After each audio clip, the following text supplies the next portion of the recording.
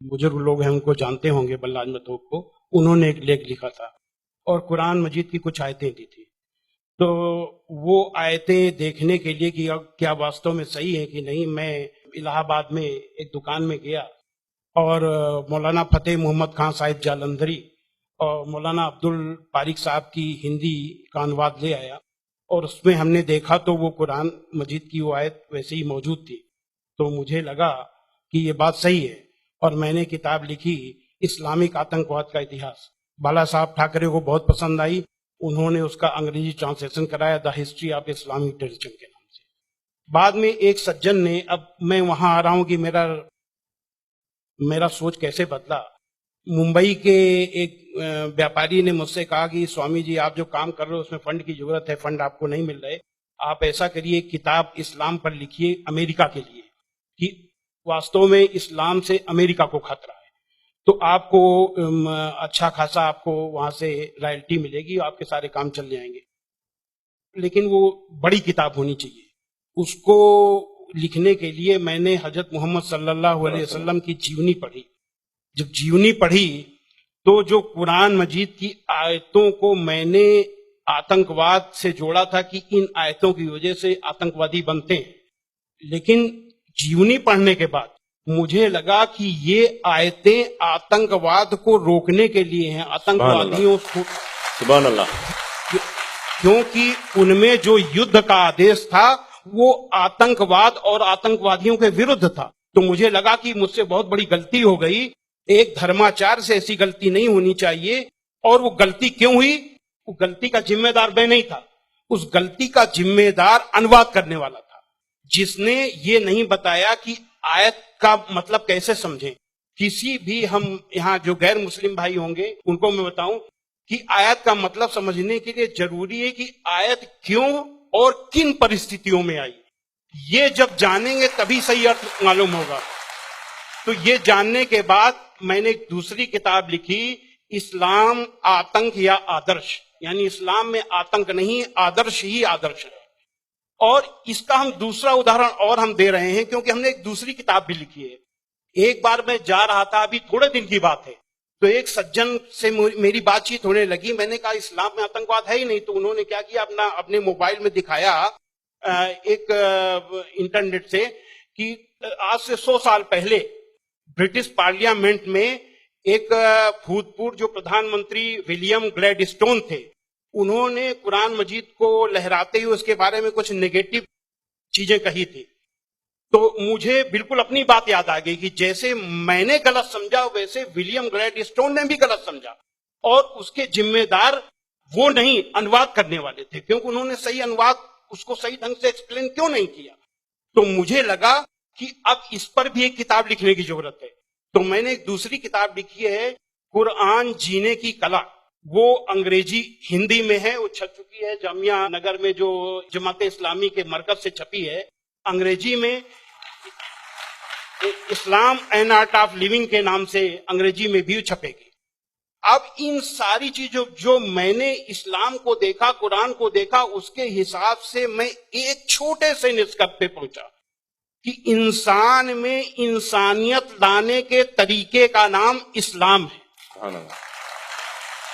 और ये जुमला नहीं है, ये जुमलेबाजी नहीं है कि मैं अपने तरफ से मैंने कोई एक मुहावरा कह दिया, एक जुमला फेंक दिया।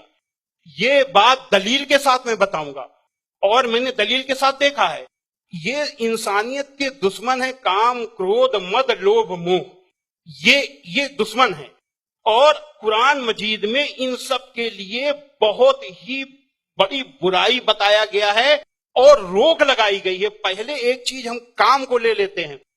काम यानी कि किसी भी महिला को, किसी भी औरत को अपनी बीवी को छोड़ करके, और दुनिया की जितनी महिलाएं हैं उनको अपनी मां, बहन, बेटी समझना, ये कुरान में बहुत ही सख्ती से पालन करने के लिए कहा गया है।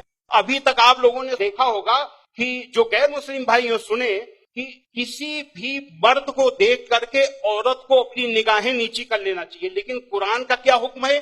कुरान के सूरा 24 आयत नंबर 30 में है, ऐ मोहम्मद मोमिनों से कह दो कि वे अपनी गैर जो भी महिलाएं हैं, जो उनको देख करके अपनी निगाहें नीची रखा करें और अपनी शर्मगाहों की हिफाजत करें। सुभान अल्लाह। यानी जब सुभान अल्लाह।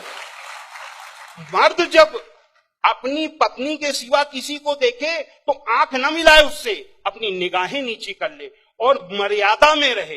ये पुरुष के लिए ये बनाया गया नियम, और यही नियम औरत के लिए भी, दोनों के लिए वही नियम बनाए गए। ये नहीं कि केवल औरत के लिए। कहते हैं कि इस्लाम में औरत को दबाया जाता है, लेकिन मर्द के लिए कितना सख्ती से नियम बनाया गया। तो ये काम के लिए कितनी सख्ती की गई। क्रोध, गुस्सा के लिए सबसे पहले गुस्सा का तरीका इस्लाम में इतना आसान बताया गया कि देख करके मैं सबसे ज्यादा प्रभावित हुआ। कहा जाता है अगर गुस्सा अगर किसी का रुक जाए तो वो पूरा संत बन गया, साधु बन गया। और कितना बढ़िया तरीका इस्लाम में बताया गया, कुरान में बताया गया है कि माफ कर दो, किसी के गुनाहों को माफ कर दो, और जब माफ कर दो तो गुस्सा खत्म। और सबसे पहले ये हुक्म दिया गया पैगंबर को। सूरा 7 आयत नंबर 199 हुक्म आया कि ऐ मोहम्मद, माफी का तरीका अपनाओ और भलाई का हुक्म देते रहो और अज्ञानियों से किनारा कर दो। सबसे पहला माफी का हुक्म अगर आया तो अपने पैगंबर के लिए आया। और ऐसे लोगों को क्या कहा गया? सूरा 3 आयत नंबर 134 में अल्लाह का हुक्म है कि जो लोग तंगी और खुशहाली की हर हालत में अच्छे से अच्छा काम करते हैं और गुस्से को रोकते हैं और लोगों के गुनाहों को माफ करते हैं, तो अल्लाह ऐसे लोगों को पसंद करता है जो ऐसे अच्छा से अच्छा काम करते हैं। हजरत मोहम्मद सल्लल्लाहु अलैहि वसल्लम पर कुरान उतरने के बाद आपके दिल में उतर गई। दिल में उतरने के बाद आपके कर्मों में उतर गई। आपके एक एक कर्म कुरान में अल्लाह के हुक्म के अनुसार हुआ करते थे।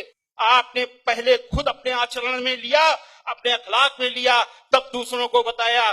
फतेह मक्का के दिन वो अबू सुफियान जो आपके खिलाफ मक्का की एक एक लड़ाई में आपके खिलाफ नेतृत्व करते थे, जब वो सामने पड़े फतेह मक्का के दिन, तो हजरत मोहम्मद सल्लल्लाहु अलैहि वसल्लम ने कहा कि आज अबू सुफियान को माफी, और जो अबू सुफियान के घर में दाखिल हो जाए उसे भी माफी।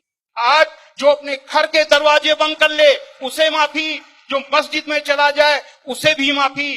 अब आप सोचिए, जिस मक्का में कदम कदम पे आपका विरोध था, कदम कदम पे आपके रास्ते पे रोड़े अटकाए गए, और जो 10,000 लोगों की फौज के साथ आप जब पहुंचे तो किसकी हिम्मत थी कि सामने होता?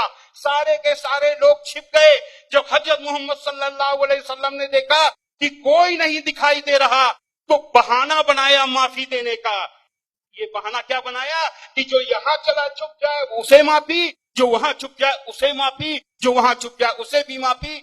यानी किसी न किसी बहाने सबको माफी, माफी, माफी और माफी। माशाल्लाह। स्वामी जी, आपको रोकना मेरे दिल में क्या है, ख्वाहिश तो नहीं है, मगर मैं पैनल डिस्कशन कंडक्ट कर रहा हूं अभी, इसलिए आपसे एक सवाल भी मैं करूंगा। मैं समझ रहा हूं आपके जो रिसर्च बहुत डीप है, फिर भी एक सवाल मैं आपसे पूछना चाहूंगा। अभी आपको ये रिसर्च होने के बाद क्या आपको ये लग रहा है कि मुसलमान जो आजकल के बहुत सारे मुसलमानों जो है वो खुद जितना आपने रिसर्च किए, अक्सर लोग रिसर्च नहीं करें, क्या ये एक वजह हो सकता है? मेरे हिसाब से मैंने जो भी मसाइल यानी समस्याएं दुनिया में देखी हैं, उन सारी समस्याओं का पॉजिटिव हल कुरान मजीद में मौजूद है। बस देखने की जरूरत है। जो ईश्वरी किताबें होती हैं वो बहुत ही रहस्यमयी होती हैं, उनको समझना आसान काम नहीं है। उसके लिए तन और मन दोनों की पवित्रता चाहिए। केवल शरीर नहाया धोया ना हो, केवल शरीर की को पाक करने की ही केवल जरूरत नहीं है, मन को भी पाक करने की जरूरत है। जब शरीर और मन से पाक होकर के आप देखेंगे तो उसका राज समझ में आएगा। आपकी हर समस्या का हल कुरान मजीद में मिल जाएगा। और उसी नजरिए से आज का मुसलमान कुरान मजीद को नहीं देख रहा, इसीलिए समस्याएं पैदा हो रही। Thank you